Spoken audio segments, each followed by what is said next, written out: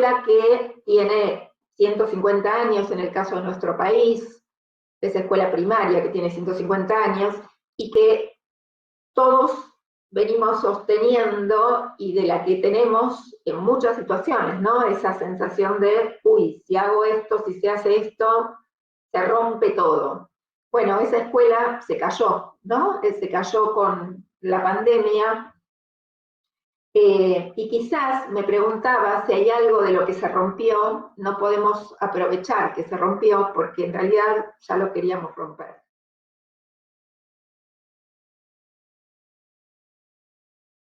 Los contenidos fundamentales en el retorno a la escuela y en la continuidad de este sistema dual, que además va a ser muy diversificado en distintas regiones de la provincia e incluso del país.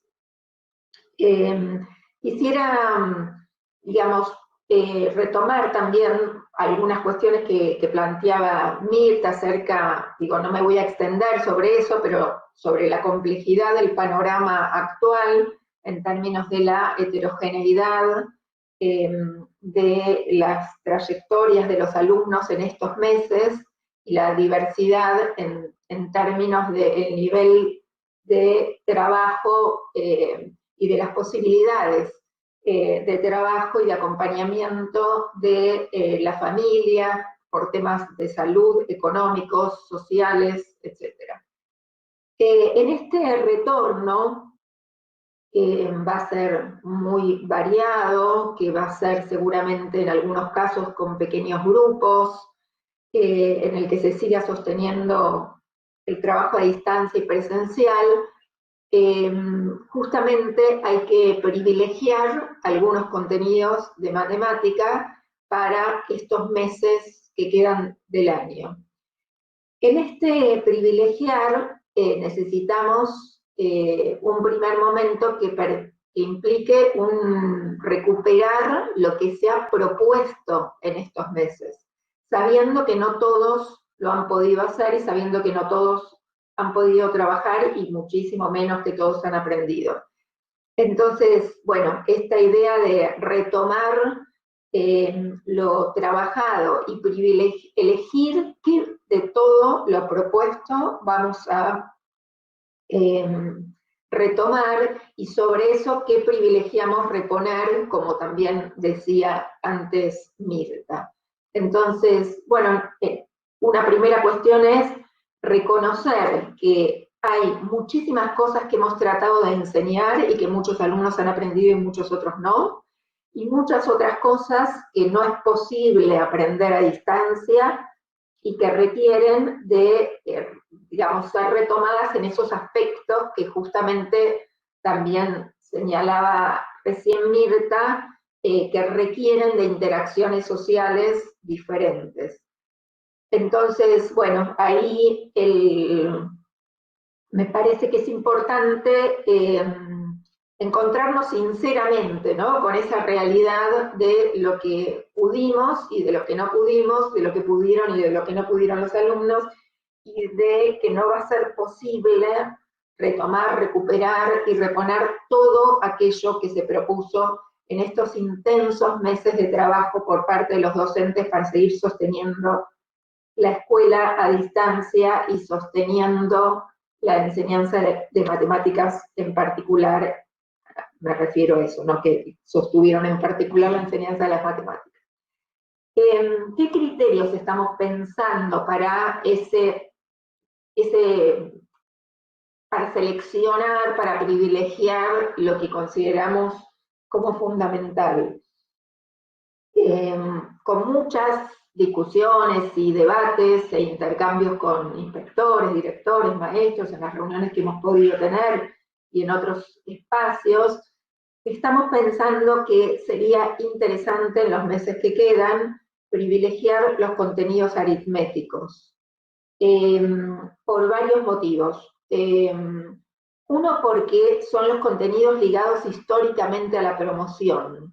Y si bien en muchos lugares hemos dicho y escrito acerca de la importancia de los otros contenidos, también es cierto que su secuenciación por grado es menos evidente. Entonces, Es posible incluso imaginar que en algún momento toda la geometría de primer ciclo se enseñe en tercer grado. No estoy diciendo que eso es lo que hay que hacer, estoy diciendo que eso es un posible, o que todo lo que abordamos de medidas de longitud, capacidad y peso también sea trabajable en un año en el primer ciclo y en un año en segundo ciclo.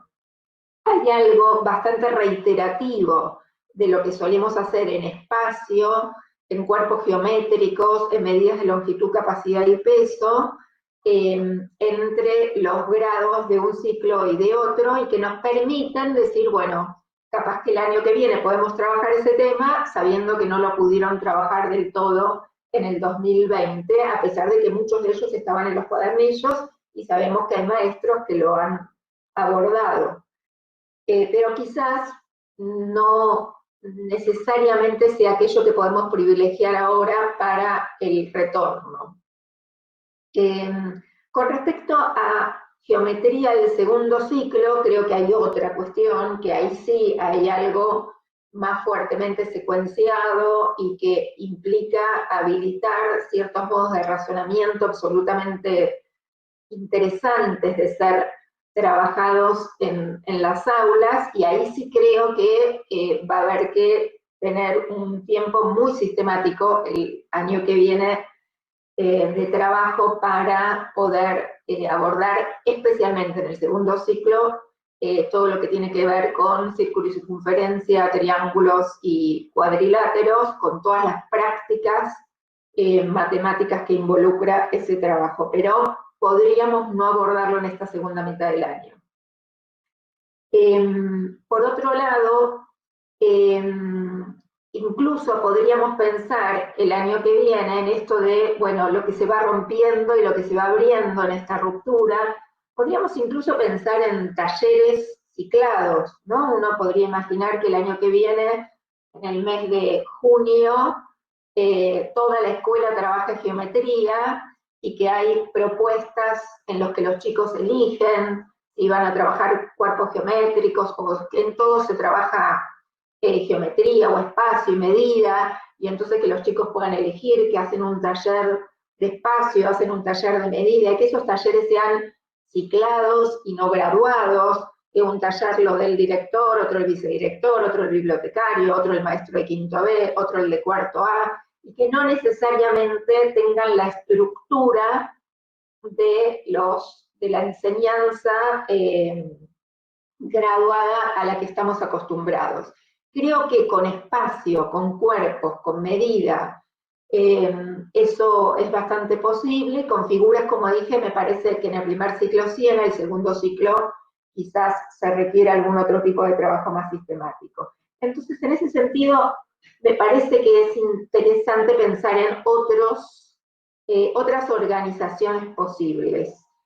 Incluso contemplando la posibilidad de que no todos aprendan lo mismo y que no a todos les enseñemos lo mismo, y que haya algún tipo de grado de electividad entre, no sé si se dice electividad, de elección, entre lo que es básico y lo que es algún plus sobre el cual puedo elegir. Con respecto a lo que se priorice, por supuesto yo estoy dando algunos criterios, pero cada escuela va a tener, como decía Mirta, que tomar decisiones sobre estas cuestiones y decisiones en equipo, por supuesto. Sobre aquellos temas que se prioricen para estos meses de 2020, ahora vuelvo al 2020, proponemos un tiempo sostenido de trabajo de algunas clases continuadas. Todavía hay muchas prácticas en matemática en las cuales los alumnos tienen una clase de numeración, al día siguiente tienen una clase para practicar cuentas, otro día tienen una clase de geometría, y creemos que esa organización desdibuja la toma de conciencia y la sistematización por parte de los niños. Proponemos, en cambio, que las clases sean continuadas, seguidas, de un mismo tema, para que haya un estudio explícito, un trabajo sostenido en el que se sistematiza un conjunto de aspectos de un contenido con el que se está trabajando. Y esto implica ir permanentemente de lo individual a lo colectivo, de lo colectivo a lo individual, de los pequeños grupos a lo colectivo, para construir un sentido común de la clase que se va elaborando en la historia de ese grupo. Cuando hablamos de esto estamos pensando en secuencias didácticas, pero no en secuencias didácticas publicadas o elaboradas por investigadores o especialistas. Esa secuencia que arma el maestro, con toda esa producción que tiene disponible, pero pensando en un conjunto de clases. Voy a trabajar 5 clases seguidas sobre cómo se leen, escriben y comparan los números de tales tamaños, ofreciendo tal información sobre los números redondos. Voy a trabajar 10 clases seguidas sobre estrategias de cálculo mental de suma, resta, multiplicación y división, cálculo exacto y cálculo estimativo. Voy a trabajar 5 clases seguidas sobre tal o cual cuestión, 5, 10, 15, 20, o sea, pensar un tiempo en el que si uno le pregunta a los alumnos, ¿qué están aprendiendo en la escuela? No de matemática, no contesten números, problemas, porque eso se hace durante 6 años y 9 meses cada vez. Sino que puedan decir, estamos aprendiendo valor posicional, estamos aprendiendo problemas de reparto, estamos aprendiendo las relaciones entre la parte y el todo, estamos aprendiendo, etcétera, con sus palabras, que por ahí no son las que yo usé posiblemente, pero que puedan decir problemas en los que lo que pasa, lo que nos preguntan es lo que pasa antes o lo que pasa en el medio y no lo que pasa en el final. Que puedan identificar cuáles son esos conocimientos que están elaborando colectivamente en esa comunidad de la clase. Y eso implica un fuerte trabajo de toma de conciencia, de un proceso de estudio, con muchas huellas escritas en el aula, en las paredes, en el pizarrón, en los carteles, en las carpetas, en los cuadernos. Huellas de ese proceso de estudio. Otra cuestión que me parece interesante para pensar en el retorno, como criterio para la elección y el sostenimiento de los contenidos, es diferenciar entre lo que es lo básico y lo que puede no ser necesariamente común. Entonces yo puedo pensar, voy a trabajar un mes fracciones. Tales tipos de problemas y tales tipos de problemas quiero que los aprendan todos los niños. Pero como ya puedo anticipar que hay algunos niños que no van a haber aprendido eso tanto y van a necesitar más tiempo, y va a haber otros niños que eso lo van a haber aprendido con relativa facilidad, entonces puedo pensar en circuitos diferenciados para la última semana del mes. O puedo pensar circuitos diferenciados para la última clase de cada semana, en donde algunos niños vuelven a trabajar sobre eso básico común y otros están resolviendo problemas más difíciles. Rompiendo con esta ilusión que lleva unos 150 años respecto de que todos deberían aprender lo mismo y al mismo tiempo. Entonces, reconociendo de manera explícita que no enseño a todos lo mismo y que todos van a poder aprender lo mismo y que algunos van a seguir aprendiendo aquellos que todavía no aprendieron y otros pueden aprender un plus sobre ese contenido que los demás lo van a aprender recién el año que viene.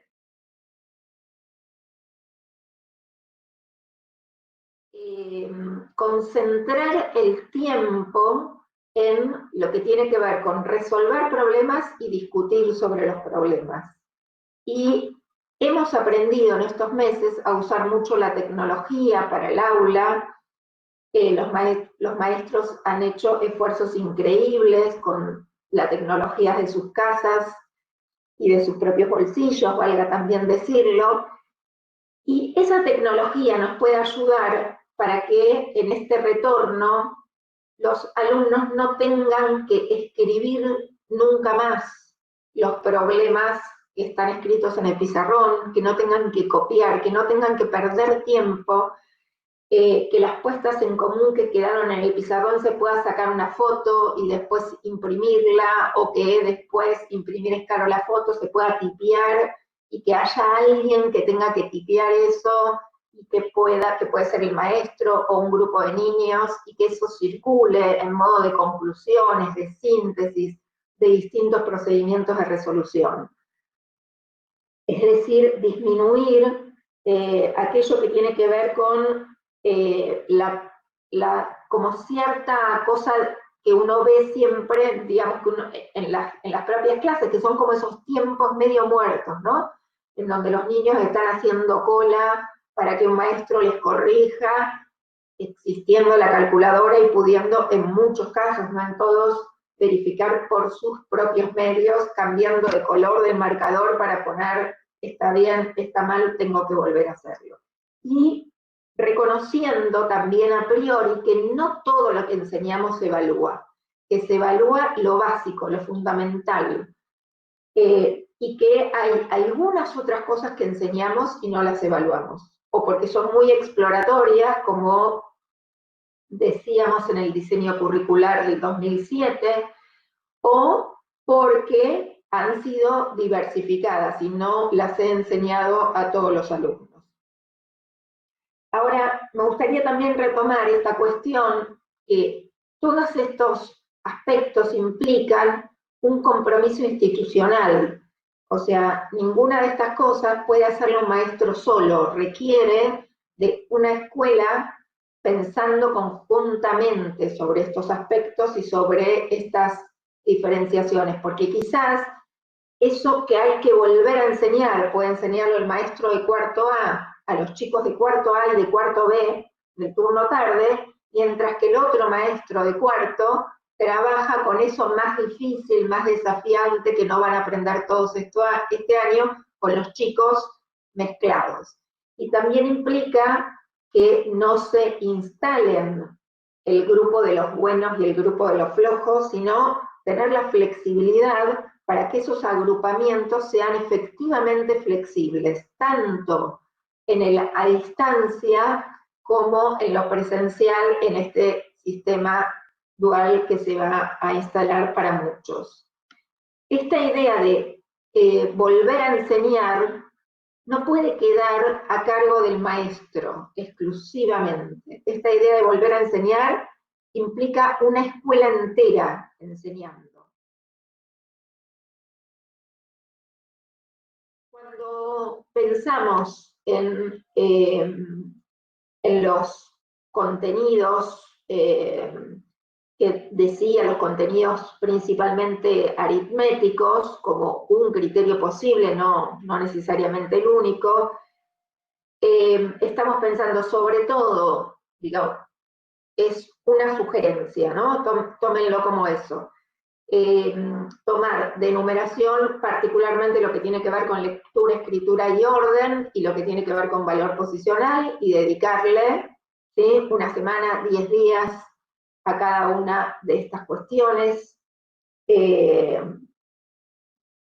a trabajar operaciones con números naturales, tanto recuperar algunos tipos de problemas ya conocidos en algunas pocas clases, y rápidamente ir a ampliar a problemas con sentidos nuevos, tanto para la suma y la resta como para la multiplicación y la división. Es decir, si los chicos ya hace 2 años que vienen trabajando con problemas de series proporcionales en la multiplicación, este año proponerles problemas de combinatoria. Si vienen trabajando con sumas que implican agregar y unir, trabajar con sumas que implican buscar el estado inicial o buscar la transformación. Y así para cada uno de los tipos de problemas. Que los niños puedan, para todos los problemas que tienen enunciado verbal, que puedan usar la calculadora y puedan descansar mientras resuelven los problemas, en que los cálculos los hace la calculadora, sea calculadora de bolsillo, calculadora de tablet, de compu, cualquier calculadora de un celular viejo que no anda más y que tiene calculadora y lo podemos seguir usando. Problemas que tienen diferentes pasos y también dedicarle algunos días a esta cuestión de la organización, estrategias de cálculo mental exacto y estimativo, también verificando resultados con calculadora, construyendo repertorios y recuperando los viejos para nuevos cálculos mentales. Y por lo menos en lo que estamos produciendo por escrito, no estamos priorizando el cálculo algorítmico para estos meses. Creemos que el año que viene, como decía, se pueden trabajar todos los distintos algoritmos cuando los niños puedan haber trabajado más fuertemente cuestiones de la numeración, del valor posicional y del cálculo mental, y será un buen momento el año que viene en los distintos grados para abordar este tipo de cálculos. Creemos que no es fundamental ahora porque son cálculos que producen bastante nivel de sufrimiento, porque generan como una cierta ruptura entre lo que se enseña en la familia y lo que se enseña en la escuela, y ahí aparecen como bastantes problemas, y entonces creemos que no es un buen momento para meterse en ese paquetito tan complejo, y pensamos que es mejor postergarlos para el 2021. El otro contenido central para segundo ciclo es fracciones y decimales. Proponemos para lo que es sobre todo quinto y sexto, pero también un poquitito en cuarto, cuando se haya terminado con numeración y operaciones, dedicarle, sobre todo en quinto y sexto, un buen tiempo a fracciones y decimales. Tipos de problemas de fracciones, cálculo mental con fracciones, leer, escribir y ordenar decimales, trabajar valor posicional de los decimales, cálculo mental con decimales, sus relaciones con las fracciones, y problemas de proporcionalidad, que digamos dentro de lo que, digamos, problemas de proporcionalidad cuyos datos están presentados en términos, digamos, con expresiones fraccionarias o decimales. Esta idea que mencionaba hace un ratito de trabajar un tiempo sostenido, es decir, bueno, en nuestra escuela vamos a tener en realidad 3 meses de clase, por ejemplo. Entonces, de esos 3 meses de clase, decir, bueno, le voy a dedicar 15 días a numeración, le voy a dedicar 15 días a los diferentes tipos de problemas de tales y tales operaciones, 15 días a cálculo mental con números naturales, y después me queda, entonces, bueno, no fui sumando los 15 días, pero nos queda, vamos a suponer, un mes para trabajar fracciones y decimales, voy a trabajar una semana tal tipo de problemas, otra semana ¿sí? Problemas de tal otro tipo, cálculo mental con fracciones, presentar decimales, etc. Entonces, estamos priorizando estos contenidos porque son contenidos absolutamente centrales que muchas veces caen, digamos, sobre todo lo que tiene que ver con fracciones decimales, caen por la falta de tiempo, y nos encontramos muchas veces en las escuelas con que estamos a 5, 6, 7 meses de clases en segundo ciclo y los alumnos siguen trabajando con números naturales. Entonces proponemos acotar el tiempo a recuperar lo que se hizo de naturales, elegir qué de eso, trabajar acotadamente algunos sentidos nuevos, algún tipo de cálculo mental nuevo, y meterse luego, sobre todo en segundo ciclo, con lo que tiene que ver con fracciones y decimales. Con respecto a lo que tiene que ver con la continuidad 2021, la cuestión que estamos pensando es la necesidad de reconocer que un alumno que ahora está en segundo grado, el año que viene, no va a estar en tercero, va a estar en segundo/tercero. Va a cursar contenidos de segundo y contenidos de tercero. No hay ninguna posibilidad de que en 2020 terminemos los programas, las planificaciones. Por eso estábamos hablando de esta priorización de contenidos. Entonces, es absolutamente necesario que pensemos el 2021 como cursar, que los alumnos están cursando en un año y medio, este medio del 2020 y el año entero del 21, están cursando 2 grados. Algo parecido a lo que hacemos en los programas de aceleración, en los que los niños aprenden con intensificación algunos contenidos que se priorizan en un tiempo más acotado. Tenemos numerosas experiencias de lograr que los alumnos aprendan en un año y medio los contenidos de 2 años.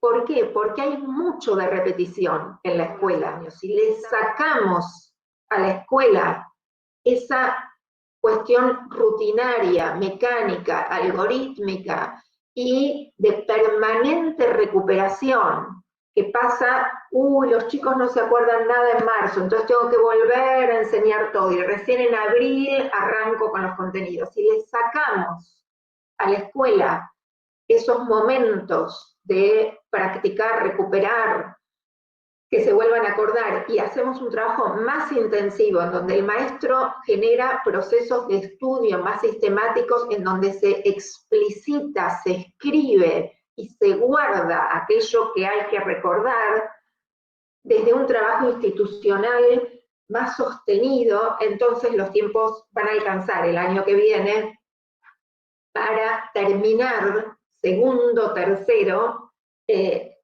para los chicos que este año están en segundo y el año que viene tienen que hacer medio segundo y un tercero. Entonces, va a ser necesario una currícula específica para el 2020 de matemática, dado que la que está vigente no contempla esa intensificación.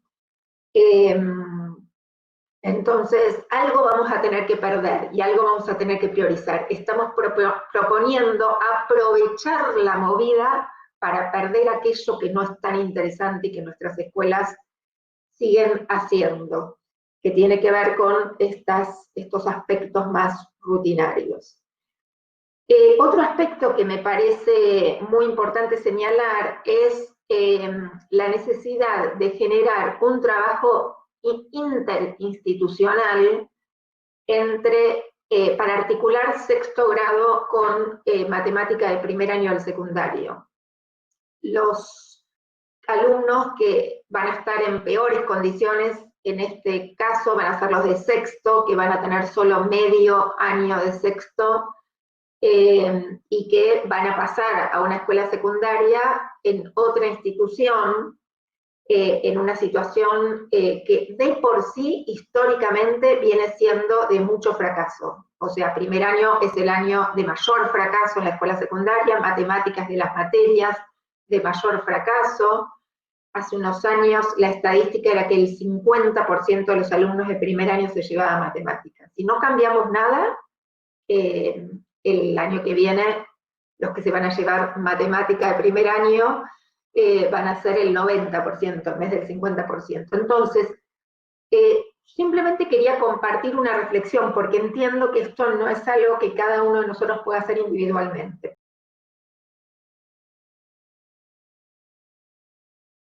Reconocer la diversidad implica que, como decía hace un ratito, en la misma planificación debo contemplar circuitos diferenciados en algún momento. Incluso en la virtualidad tengo la oportunidad, como hacen muchos maestros, de agrupar a los niños por temas o por niveles de complejidad para un contenido en particular. Y aquí vuelvo a aclarar la importancia de que eso sea flexible, ¿no? Que no sea que hagamos el cuarto A de los niños más avanzados y el cuarto B de los niños menos avanzados, sino que si estoy trabajando con cálculo mental y hay algunos alumnos que necesitan más ayuda, voy a organizar un subgrupito, pero que si estoy trabajando otro contenido, los subgrupitos pueden ser otros. Esos agrupamientos pequeños, flexibles, que no sean rígidos, implican permanentemente instalar nuestra pregunta de ¿qué saben ¿qué ya tienen disponible y qué tienen que aprender para todos los alumnos? Y aquello que tienen que aprender, la escuela lo tiene que enseñar en su conjunto, nuevamente. Entonces, tanto para la virtualidad como para el retorno de presencia física por turnos, es posible empezar a ensayar esta idea de agrupamientos diversos y no enseñarle de vuelta a algunos alumnos lo que otros necesitan aprender, porque eso ya lo sabe, y darle oportunidad a quien la necesita para volver a enseñarle. Esta cuestión, digamos que no nos sorprenda la diversidad en cada evaluación, ¿no? ¿Quién no ha estado en un aula, en una sala de maestros, escuchando alguna vez, cómo puede ser, le pasé todo el mes trabajando fracciones y no le salió en la prueba este problema tal, a tal y a tal? Yo no necesitaba tomar la prueba para saberlo. Lo sabía hace 20 días cuando empecé el tema. Entonces, no hace falta esperar 20 días más para la evaluación. Puedo ir pensando en enseñar, volver a enseñar a algunos, no volver a enseñar a otros, en esa flexibilidad del contenido. Entonces, esta idea de secuencia de trabajo sostenido va de la mano de una planificación flexible, que tiene que estar prevista, tanto para la virtualidad como para el retorno, tanto para los contenidos fundamentales del 2020 como para los del 2021. Esta cuestión atraviesa también a la escuela en su conjunto, ¿no?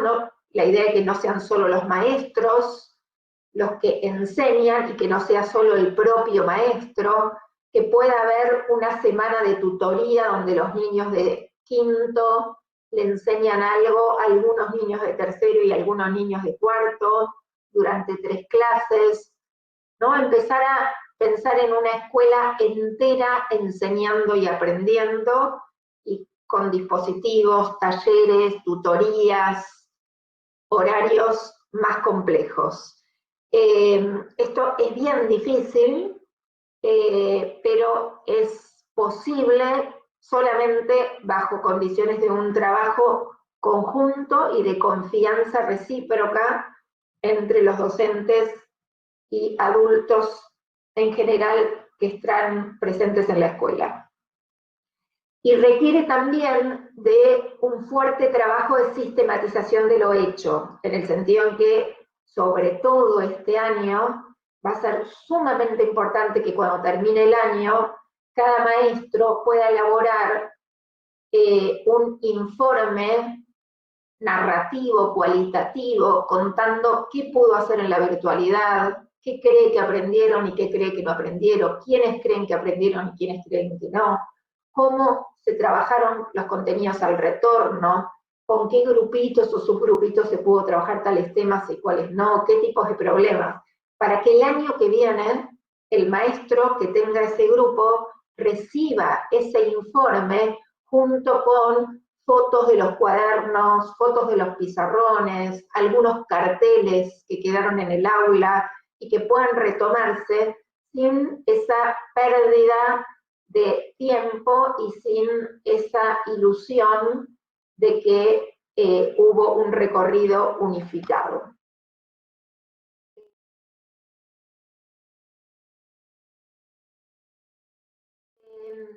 La escuela está recuperando en estos meses ese reconocimiento social por ser el sostén de las relaciones humanas y de la circulación de la cultura, aunque también de la comida. Entonces, imaginar mundos posibles diferentes es una tarea que nosotros le proponemos a nuestros alumnos. Esto que hay cosas que se aprenden afuera de la escuela, pero hay otras que solo se aprenden en la escuela. Afuera de la escuela puedo aprender cuartos, medios y octavos, pero solo adentro de la escuela voy a poder aprender entre 3 17avos y 4 17avos hay infinitos números, porque no hay 17avos en el supermercado y mucho menos me encuentro en la calle con la densidad de los números racionales.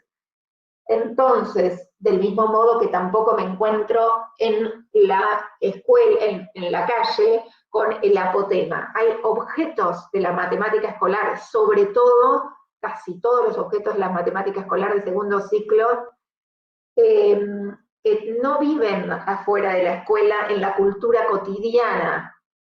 Entonces, es la escuela el lugar por excelencia que la sociedad elige para distribuir esas porciones de cultura. Entonces, esa escuela ha sido absolutamente exitosa en millones de aspectos y ha fracasado en muchísimos otros. Entonces, estas reflexiones apuntan a que algo de lo que se rompió, que hace un año hubiera sido inimaginable pensar que el mundo existía sin que los niños vayan a la escuela. Y ahora nos habituamos a eso y hemos hecho todos nuestros esfuerzos por seguir sosteniendo la continuidad escolar. Esa ruptura que se generó, podemos aprovecharla para que en la escuela post-pandemia quizás haya talleres ciclados de algunos temas que puedan ser optativos.